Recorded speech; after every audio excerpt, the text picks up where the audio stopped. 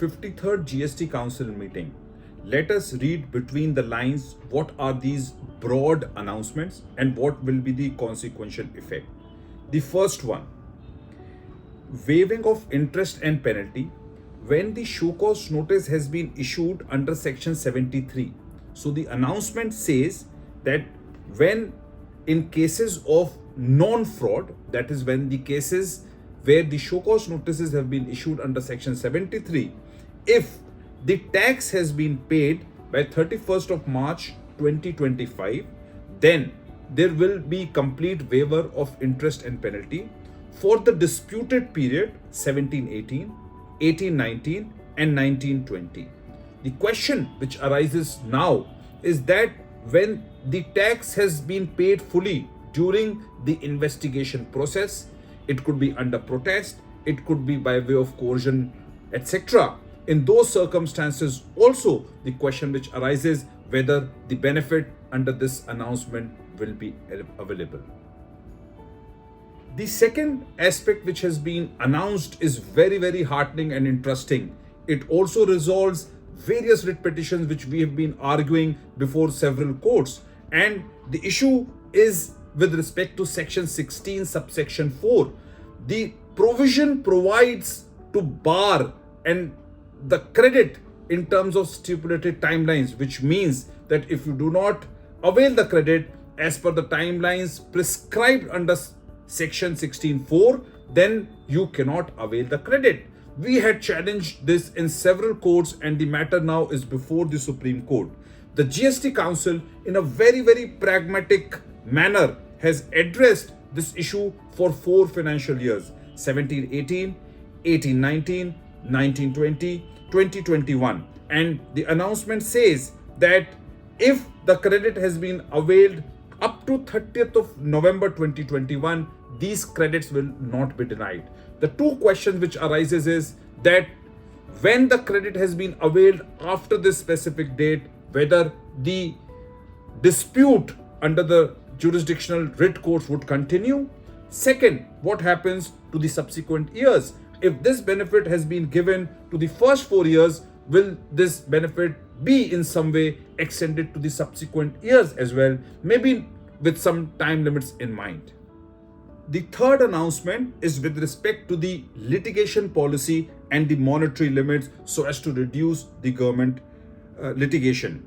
So the limits which have been prescribed and announced is 20 lakh rupee threshold when the appeal lies from the government to the tribunal, 1 crore when the appeal lies before the Honorable High Courts, and 2 crores when it lies before the Supreme Court. The interesting aspect here remains that there is a caveat. When these appeals would relate to policy-related measures, this monetary limit will not be applicable.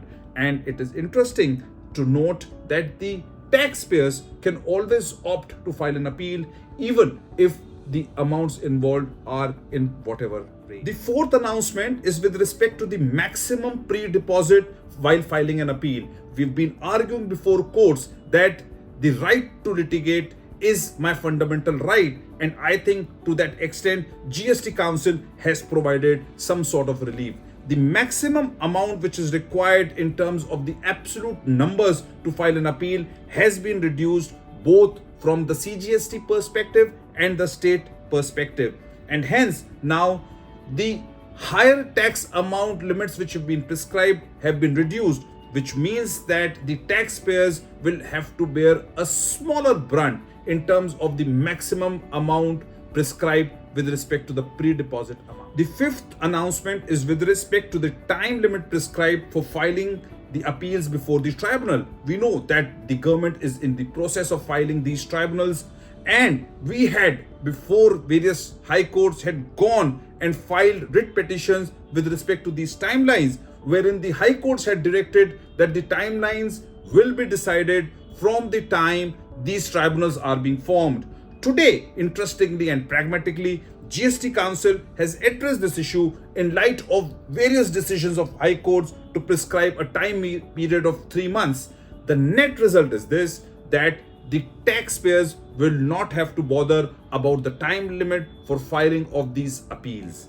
The related point remains is that there will be a mad rush before the tribunals once they are operational. So the key is keep your litigation papers ready when you are confident of winning the matter so that you are in the queue.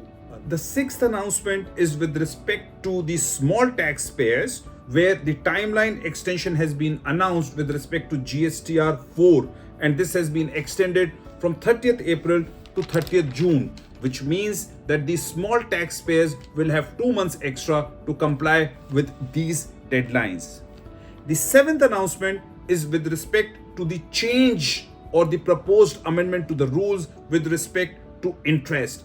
We've been addressing this issue and we've been very articulative about this issue, and GST Council has finally addressed this issue in favor of industry by announcing that the amount which is in the electronic cash ledger would be adjusted when interest burden is calculated on the date on which now the amount was to be paid. If you had a particular amount of cash in your cash ledger, a particular balance in your electronic cash ledger, then to that extent the money which was there in the ledger will be reduced to calculate the interest burden. This is a very welcome move, as interest remains a cost to a lot of the taxpayers and remains upfront.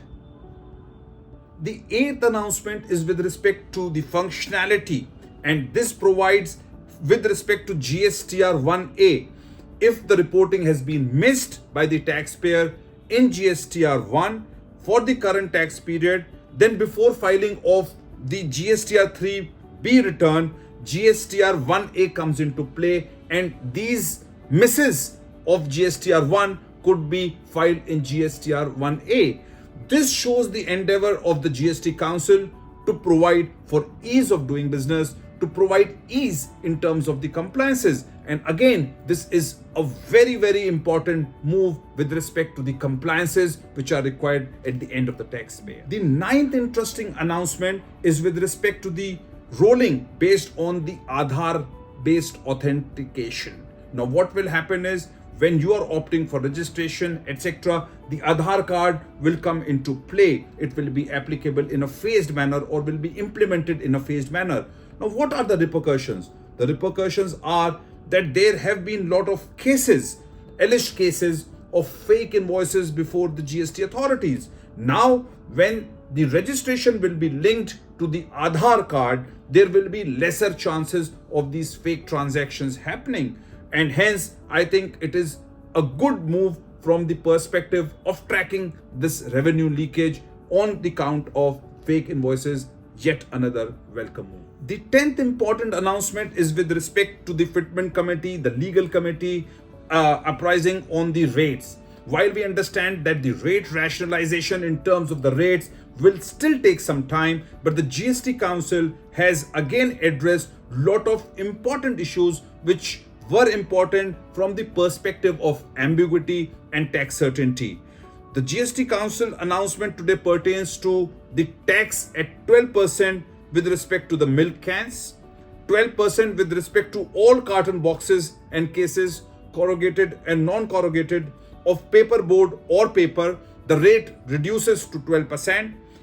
The GST Council also clarified its position with respect to sprinklers, fire, water, etc., and this will again be taxed at 12%. With respect to solar cookers, the again rate is 12%, and it will be irrespective of whether single or dual energy sources.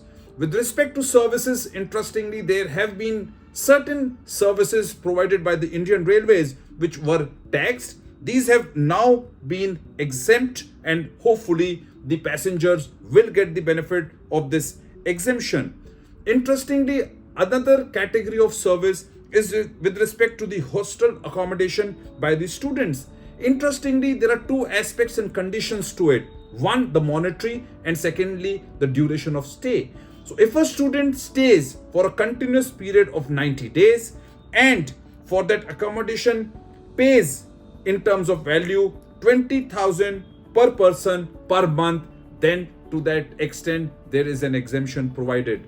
This is a very interesting exemption which has now been provided to these students who are taking this accommodation outside of the educational institutes. Educational institutes providing such accommodation was always exempt.